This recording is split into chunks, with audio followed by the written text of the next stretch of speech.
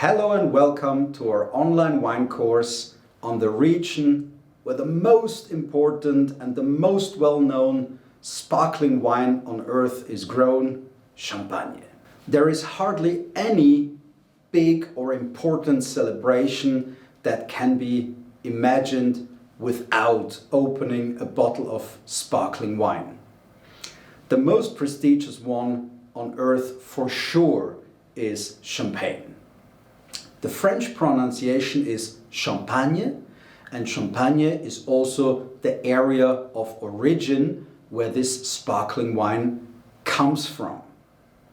The Champagne is located in the north of France, close to the capital Paris.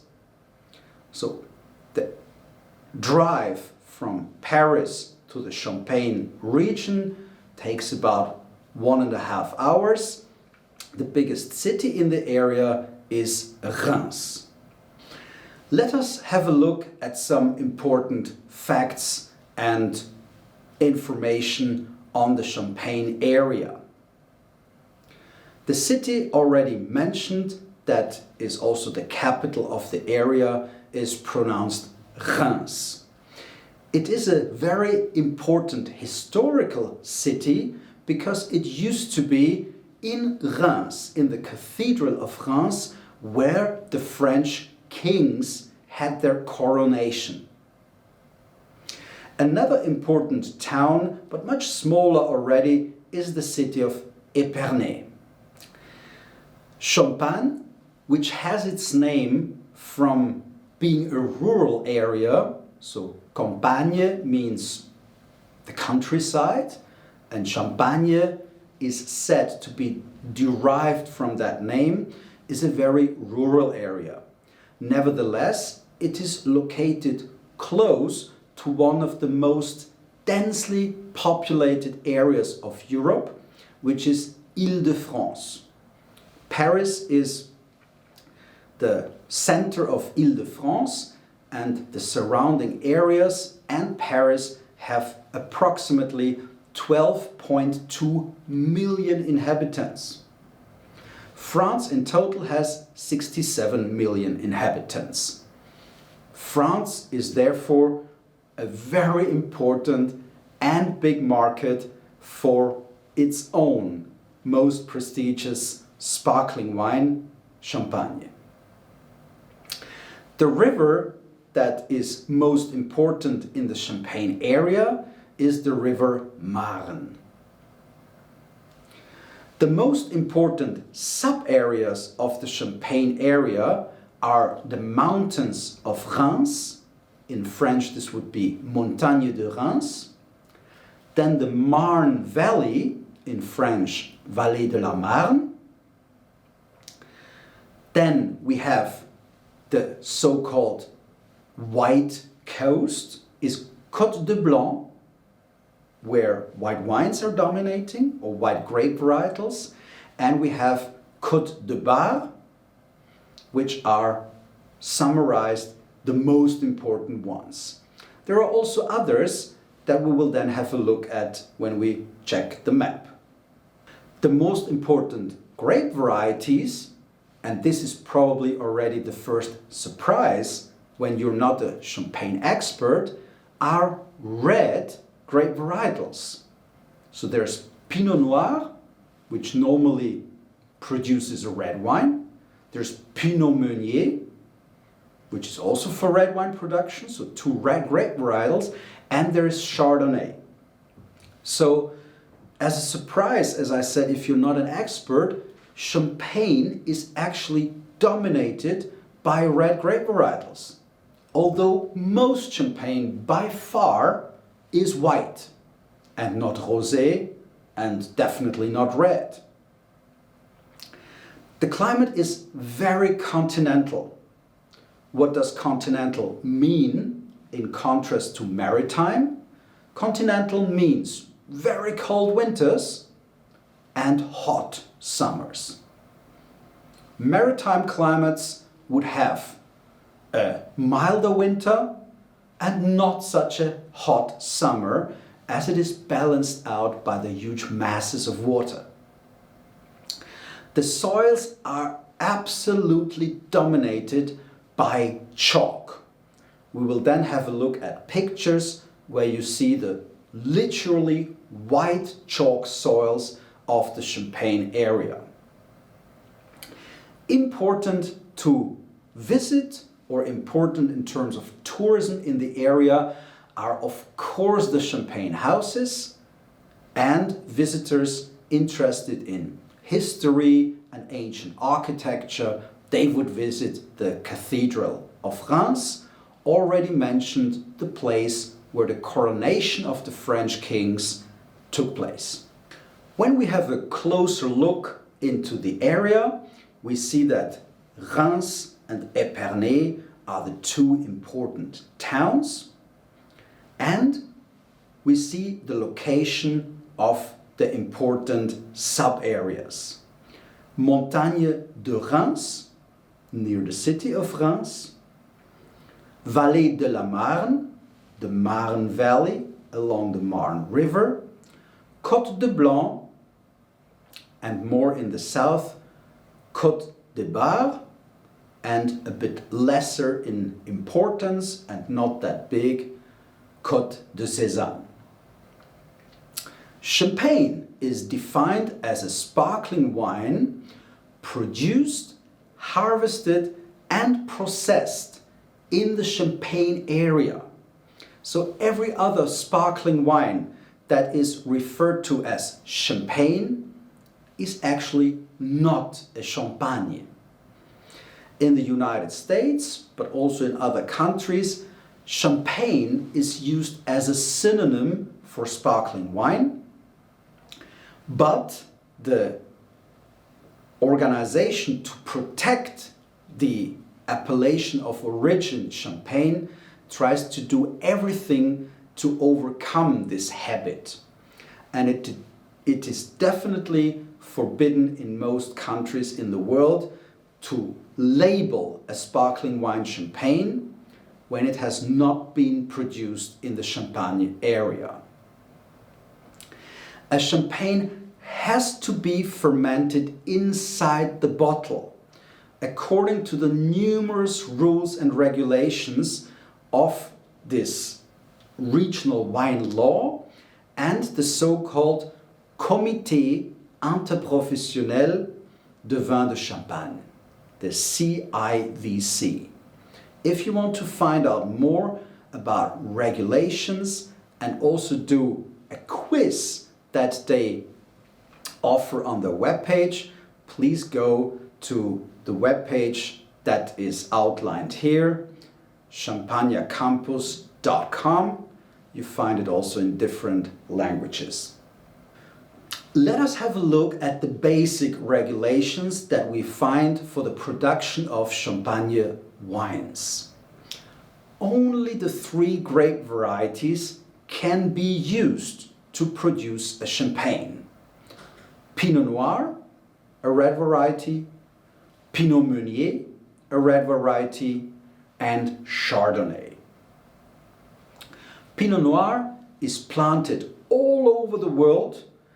It is, for example, well known that it delivers great wines in Oregon, but also in Italy, in the north. It delivers outstanding wines in Switzerland and in many regions of Germany, where it is known as Blauer Burgunder or Spätburgunder. Pinot Meunier is known as Müllerrebe in Germany, and very odd, they also call it Schwarzriesling, although it has nothing to do with Riesling. Another basic regulation is based on pruning methods and the maximum yields that a champagne vineyard can deliver. Also, the minimum and maximum alcoholic strength is defined. When you check champagne labels, you will find that 90%, the vast majority of champagnes have 12 volume % alcohol. If a company produces other wines than Champagne, it has to be well separated and in different locations than the one defined for production of Champagne sparkling wine. The natural process called Champagne method or méthode traditionnelle or méthode champenoise has to be used. That means that the wine has to undergo the second fermentation, which forms the bubbles, in bottle, and that the so created sparkling wine has to age in bottle. Why is this so important? Because there are other methods that are much cheaper, much quicker, and much easier to do than having the sparkling and the bubbles, the mousseau, created by bottle aging. For example, you can put a wine in a tank and simply pump CO2 into it, and it will also be fizzy. The soils of the Champagne area are really magnificent and nearly unique. They're really deep chalk soils. The chalk is a natural moisture regulator, which means, as we said, in a continental climate we have hot, sometimes dry summers, and the chalk will soak up the water, provide a good drainage, but always deliver enough stored water for the vines so that they don't suffer any problems of drought. Chalk can absorb up to 40% of its volume in water. Also, chalk reflects the sunlight and its heat in night times and when the temperatures get cooler towards harvesting time in autumn. So the pure white chalk in the soil of Champagne drains very well, yet it retains enough water for the wines to survive a very dry summer. The chalk's high active lime content encourages the wines to produce grapes that have relatively high acidity, but they are already ripe for harvesting. This makes the freshness, the crispiness of the later Champagne sparkling wine. Why did I say relatively unique? At the other side of the channel, you can find the same type of soil in England.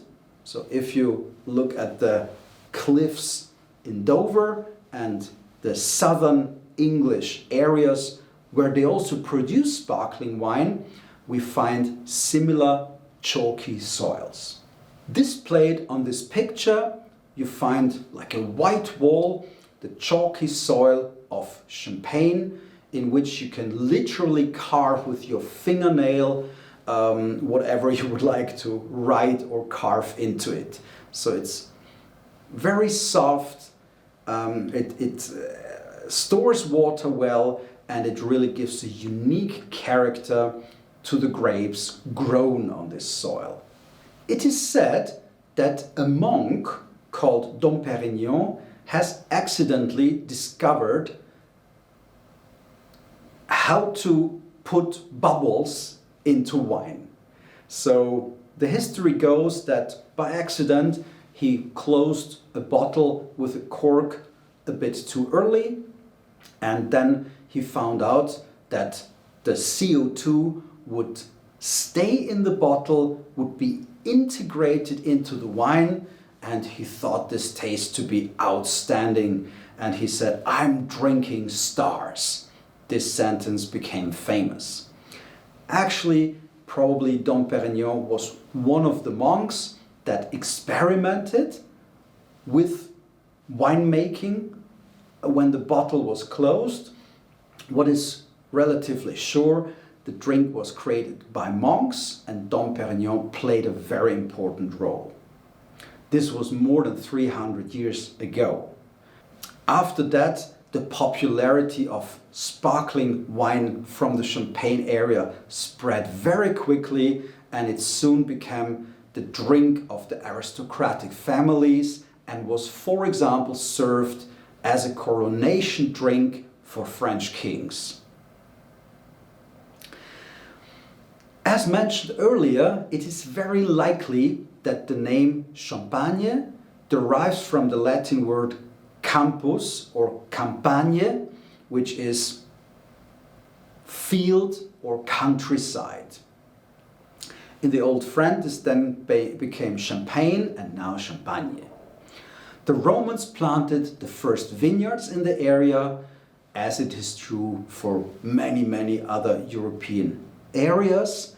It has to be stated that this is an area quite in the north of wine growing limits, and that at certain periods in time, which were in terms of temperatures lower, it was quite hard to get ripe grapes in that area. The commercial production of Champagne began about 1700. Champagne was already known worldwide a century later.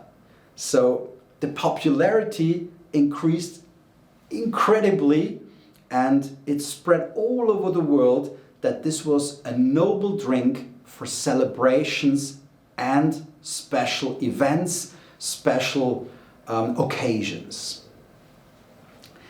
Marquis de Sillery is known as the first salesman in the 17th century and was a very rich owner of vineyards and introduced sparkling wine to royal courts, for example, the English royal court. Saint-Evremont was a soldier, a writer and philosopher who loved good drink and wine, and he settled in London from France and made it fashionable and a really popular drink throughout England and Great Britain. As for this famous person, Dom Pérignon, who is said to be the inventor of Champagne, I want to mention a few details. He was a Benedictine monk and lived at the Abbey of Haute-Villars. He was a Benedictine monk and lived in the Abbey of Haute-Villers. At the age of around 30, that was in the year 1688, he was appointed to be the cellar master of this abbey and also the treasurer of the Abbey of Haute-Villers. He then experimented more and more with wines that have a fermentation in the bottle, and people now think that he closed the bottle during the first fermentation and that he probably did not start with putting yeast and additional sugar into the ready fermented wine to cause a second fermentation, but the beginnings were very likely that he closed the bottles during the first fermentation, a method that is nowadays kind of having a second big movement and popularity, and is called pétillant naturel. So the natural sparkling, not caused by adding sugar and yeast to a ready wine, but closing the bottle during first fermentation. He died in 1715 after 47 years at the Abbey, where it is said to be the invention place of Champagne wines. Let us have a closer look at the grape varieties of the Champagne area. Pinot Noir, as we know, is a red grape variety with white juice. This is very important because most champagnes are white wines. It gives the wines a typical raspberry flavor, but also body and strength, and it dominates the Montagne de Reims area. Pinot Meunier is also a very fruity grape varieties that gives aromas of red berries, such as strawberry, but also raspberry and red currant. And it gives freshness and youth to champagne wines. It is much planted in the Vallée de la Marne, but also elsewhere. Chardonnay gives elegance and fineness, but also freshness because of its acidity. Also the red varietals have rather high acidity, but Chardonnay as a white has acidity, which is very present on the palate. It dominates Côte de Blanc, but is of course also planted in other sub-areas. Red grape varietals are grown in 72% of the areas, white varietals only in 28% of the area. There are around 150 cooperatives throughout the Champagne region, which do not at the first sight promote this on the label. So if you find the champagne from a cooperative, it might have the name of a person or the family name of one of its important founders, but it doesn't say Coopérative de and then the name of a village. So it doesn't become obvious at first sight. Champagne houses have vast cellars, sometimes kilometers long, carved into the soft chalk soil, and these total to 200 kilometers under earth in the Champagne region. The quality levels and the classification of Champagne wines is based on the vineyard plots. And the vineyard plots are classified in different quality levels. This was established by the Comité Interprofessionnel du Vin de Champagne, that's CIVC. They also have an informative and well-made webpage if you would like to find out more about their organization and what they're all responsible for. Please have a look in the internet. As far as to classification, the land is given a grade or a quality level based on the suitability for growing white grapes or red grapes. A grade of 100% has been given to 17 so-called Grand Cru plots. There are 38 Premier Cru villages, which have grades from 90 to 99%, and the rest have a grade ranging from 80 to 89%. This is not only important for the quality level and the price level of the ready-made wine, it is also very important as to which price would the grape grower receive for the grapes that are delivered to either the cooperative or delivered to the champagne house that the grower family works with. Champagne houses that purchase the grapes from the growers use the average percentage rating of the grapes used in their blends to establish the quality of the raw material. The raw material is always the base wine that is later on transformed into sparkling wine. The price a grower gets for his grapes is therefore determined by this percentage system. A grower with 100% vineyard may ask the full price, while the others would get a percentage based on the 100% price.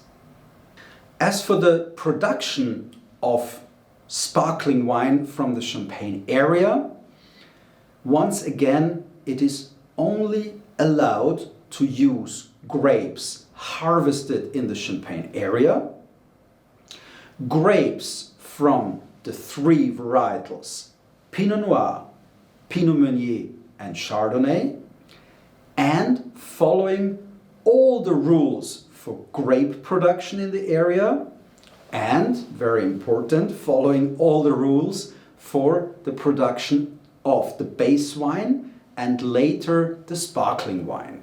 The production of sparkling wine in Champagne starts very similar to normal wine. So the grapes are harvested, they are transferred to the winery where they are pressed. Here starts already the first differentiation or difference between Champagne production methods and probably elsewhere.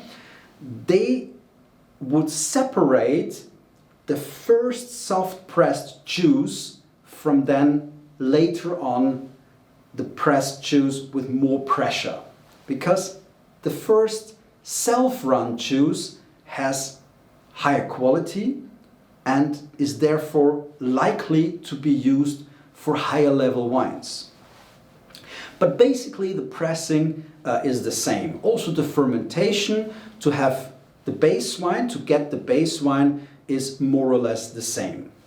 What happens next is the base wines are blended in a so-called cuvée. We also find cuvée as a term for wines that are, for example, a blanc de blanc. Blanc de blanc would mean a white champagne wine made from white grapes only. This is a bit confusing because they still use the term cuvée, which can be more or less translated into blend. That's because they blend different casks, different tanks, or different wood barrels, which are also sometimes used, but rather for more expensive wines, into a certain base wine that has the taste they want to require in the end, or acquire in the end. So the cuvée is done from several casks or tanks or barrels to get the taste of the base wine that is the goal. The base wine is normally high in acidity and not very full-bodied, and also it is said, I haven't tasted a base wine myself yet, but it is said to be not that extraordinary or not that remarkable. Because what makes these wines remarkable is the second fermentation. So to the base wine, which is then filled into bottle, there has to be something added so that it would restart a second fermentation. And that's quite simple. Sugar and yeast has to be added. A second fermentation starts in the bottle and the wines are put on riddling pulse. The so-called remuage has to be done. Why? Because the yeasts that are added into the bottle, they would form a certain deposit, which are the lees. The lees are dead yeasts, and in English the lees corresponds to the French term lie, so sur lie is on the lees, and they stay in the bottle as a deposit. In the end product, we want to have a clear and clean liquid and not a cloudy one. And the riddling helps to get this deposit into the bottle neck. The next step is, how do we remove the dead yeasts, the lees, from the bottle neck? So from the riddling, they wander into the very top of the bottle, into the bottle neck. The bottle has then to be reopened once again, and the pressure inside the bottle would shoot out the dead lees, and we get rid of this deposit. Now there's something missing in the bottle, because with the lees a certain amount of wine is removed. Now happens the topping up. It is the so-called dosage that is added into the sparkling wine.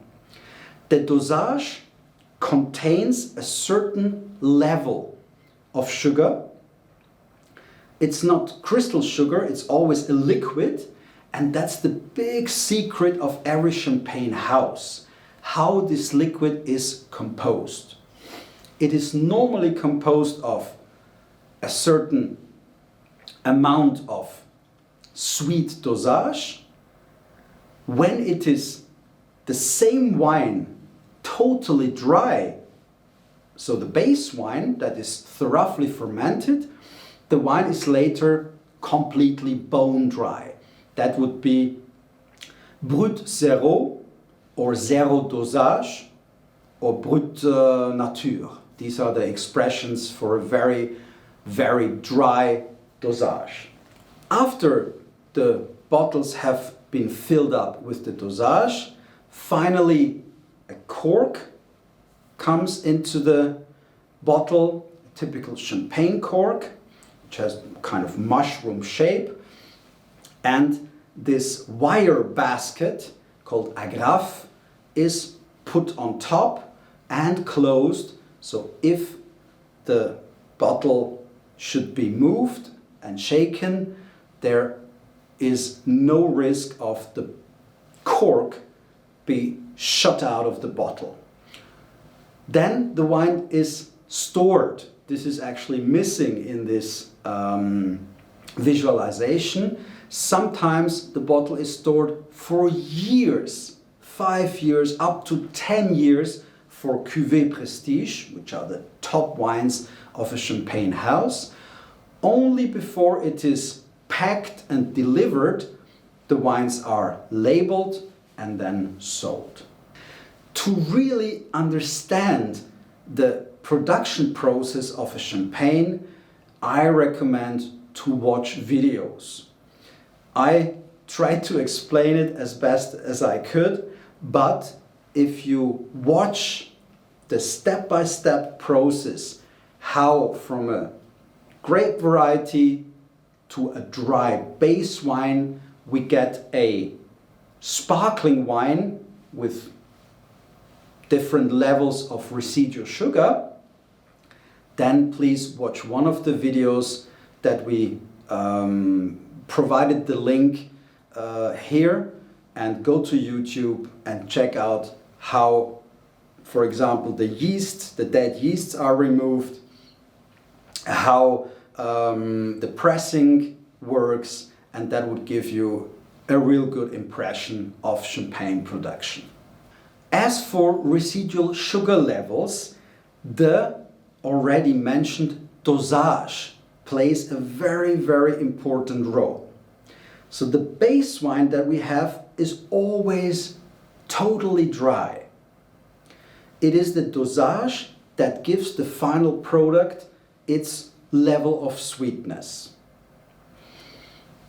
In the old days of champagne consumption, let's say in the 18th century, which was the very early one, but very important in the 19th century and fin de siècle, so the end of the 19th century, rather sweet champagnes were the popular ones.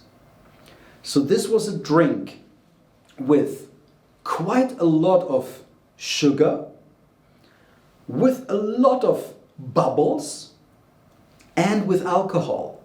So for festivities like balls and dances, this was a real influencer on the mood of people. We have to know that sugar at that time was not available on a broad scale. Nowadays, every soda, every sweet, everything contains a lot of sugar actually. Whereas at these times it was something extremely special. So champagnes in history were rather sweet. And the more it came to, I would even say, an over-offer in daily life of drinks containing a lot of sugar, the drier the champagne became. It is also related to wine critics, wine authors, and wine specialists. I think that champagne over time became drier and drier and drier. So we have to imagine the champagnes that were served at balls at the peak time of the Viennese waltz and at the peak time of, for example, the international exhibitions, like the World Exhibition happening in Paris and the World Exhibition in London, where Crystal Palace was presented. The wines served there, the champagne wines, were rather sweet. Nowadays, we have the following sugar levels. 0 to 6 grams of sugar is referred to as brut naturel or extra brut. Up to 15 grams of residual sugar is the most sold category, that is champagne brut.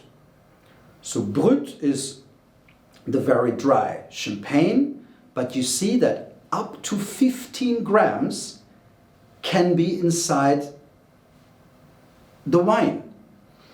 You don't notice them very much because, first of all, of the high acidity level of the wine, and secondly, because it's fizzy. The bubbles, they make an overall appearance of the champagne being drier than it actually is. The next category, extra dry, has sugar levels between 12 and 20 grams. Very confusingly, the sec or dry category has already quite high levels of sugar. That means 17 to 35 grams. So if you have 35 grams per liter sugar, you already notice the sweetness very much. But this is labeled as dry or sec. So remember, if you want a real dry champagne, you would have to get a brut. If you want a bone dry champagne, you need zero dosage or extra brut.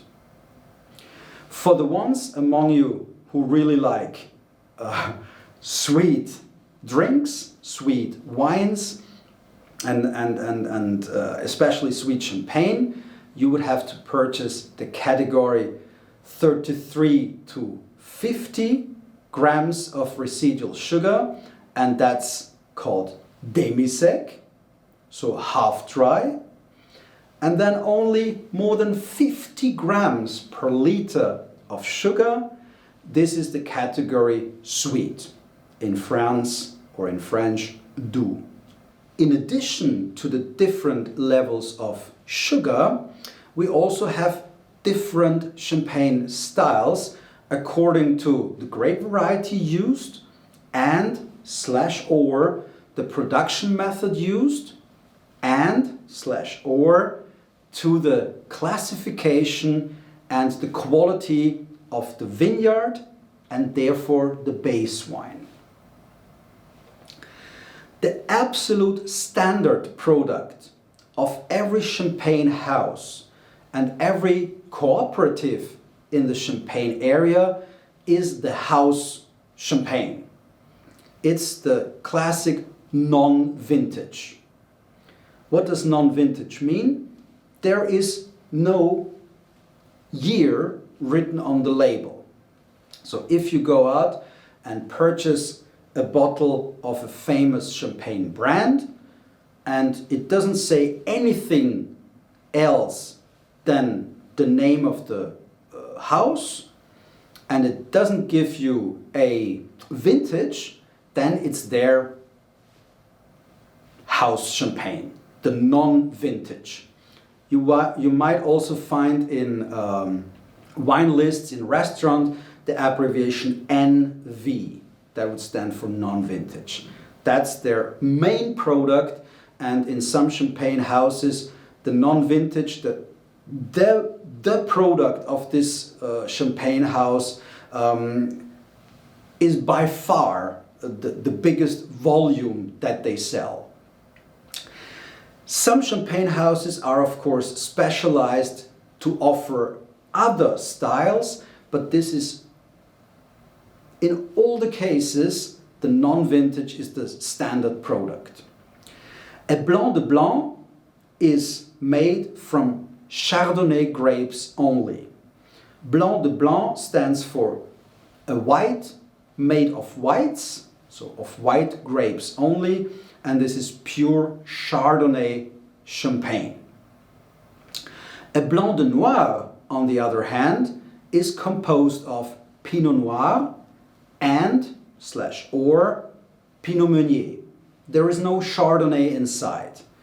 The illustration here may be confusing because it's much darker than the Blanc de Blanc, but it's still a white wine, totally white. So a Blanc de Noir is a white champagne made of red wine grapes.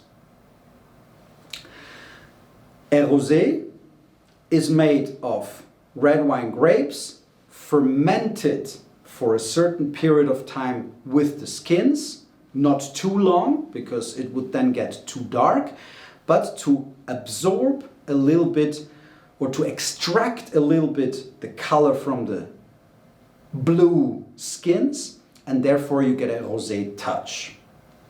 Champagne is one of the very, very few wine areas in the world where it's allowed for quality wine to blend white and red wine to get a rosé colored wine.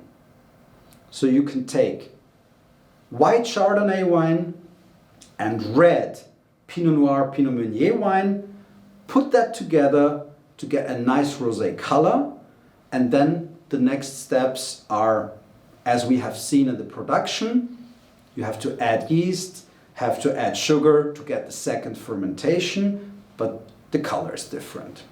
Vintage champagne, as kind of the opposite of a non-vintage, mentions the year of the harvest on the label. Vintage champagnes are generally produced only in very good vintages. So it has to be a especially good year that a vintage champagne is produced. A vintage champagne is generally always more expensive than a non-vintage. And a vintage champagne is also supposed to be a wine that can be aged for a very long time. And vintage champagnes are often purchased to be kept and remind you of a special occasion. So for example, the year of your marriage or the year when one of your children was born can be purchased as a vintage champagne. It should be able to age at least 10-15 years because it already is aged when you purchase it. Vintage champagnes are released not 2 or 3 years after they were bottled. They're sometimes released only 10 years after they were bottled, and you can normally keep vintage champagnes for a long time, and then it can remind you of a special year in your life. Finally, on top of this absolute quality pyramid, we find the Prestige Cuvée. This is always the top champagne of a champagne house. There are Prestige Cuvées that are world famous and probably that you have seen in a lot of stores, such as Dom Pérignon from the Moët Chandon Champagne House, or the Cristal from the Röderer Champagne House. And these Prestige Cuvées, they sell for high prices, are very prestigious, and these are the champagnes that they would serve with very noble dinners and at some really, really special occasions. Bottle sizes and big bottles are not exclusively reserved for champagne wines or are not specifically invented in the Champagne area, but these bottle sizes have a special importance in the Champagne area. This has several reasons. For example, the half bottle, that's simply because one normal bouteille of 0.75 liters is for two people sometimes too much, but when a couple wants to go out and celebrate, they would like to drink champagne, and we know that the bubbles are better preserved and better kept in a bottle when it stays closed, in contrast to pouring it by glass in a wine bar or in a restaurant. Therefore, the demi-bouteille, so the half bottle of 0.375 liters, is very important for champagne and for champagne sales. It's probably the ideal size for a couple who wants to share half a bottle over several course menu or to celebrate with fewer people. Magnum, and then further up to 30-liter bottle sizes, have a special importance for special occasions. Champagne is often served as a drink to celebrate something, a birthday, an anniversary, a company event, and therefore larger amounts, bigger quantities of sparkling wines are needed. Magnum, Jeroboam, Rehoboam, and further are therefore special bigger bottles for bigger occasions. A Magnum is double the amount of a standard bottle, 1.5 liters. A Jeroboam would be 3 liters, Rehoboam 4.5, and so on. The special names of the bottle sizes are entirely taken from the Old Testament, so that's in the Bible where those names were found, and they refer to famous, sometimes saints, sometimes people that play a very important role in the Christian history. As for labeling of champagne wines, there is some information that has to be included on a label and other information which is not mandatory. In 99% of the cases, the champagne has a brand name. The brand name, which is written in biggest letters, generally is the champagne house or the name of the cooperative. As mentioned, I don't know any single case where the cooperative would have the word cooperative written on the label. They normally look like family or champagne house names. The second biggest normally stated on the label is the region of origin, Champagne. Often we also find a mentioning of the more specific location where the champagne house is situated. For example, Reims or Aix. What is mandatory on a wine label of Champagne area is the content of the bottle, so standard bottle 0.75, Magnum bottle 1.5, or half bottle 0.375. What is also mandatory is the alcohol content. As already mentioned, when you look at champagne labels and you would like to compare different alcohol contents, you will see that most champagnes have 12 volume % alcohol. What we also find on champagne labels is the sugar content. So this has to be mentioned, and you will see that most bottles sold nowadays, they have Brut on the label, which would be a very dry champagne. If you want a bone dry champagne, as already mentioned, it's zero dosage or Brut zero, and higher sugar levels are, for example, demi-sec or doux, which is already very sweet. Doux means sweet. Most of the champagne labels you will come across will be non-vintage champagnes, so it's a waste of time trying to find out from which vintage the wine is from. It will not state it. When you have more expensive champagnes, they will be from a specific vintage, and then of course it is mentioned on the label. Special wines such as Blanc de Blanc, Blanc de Noir or Rosé would have this expression also mentioned on the label.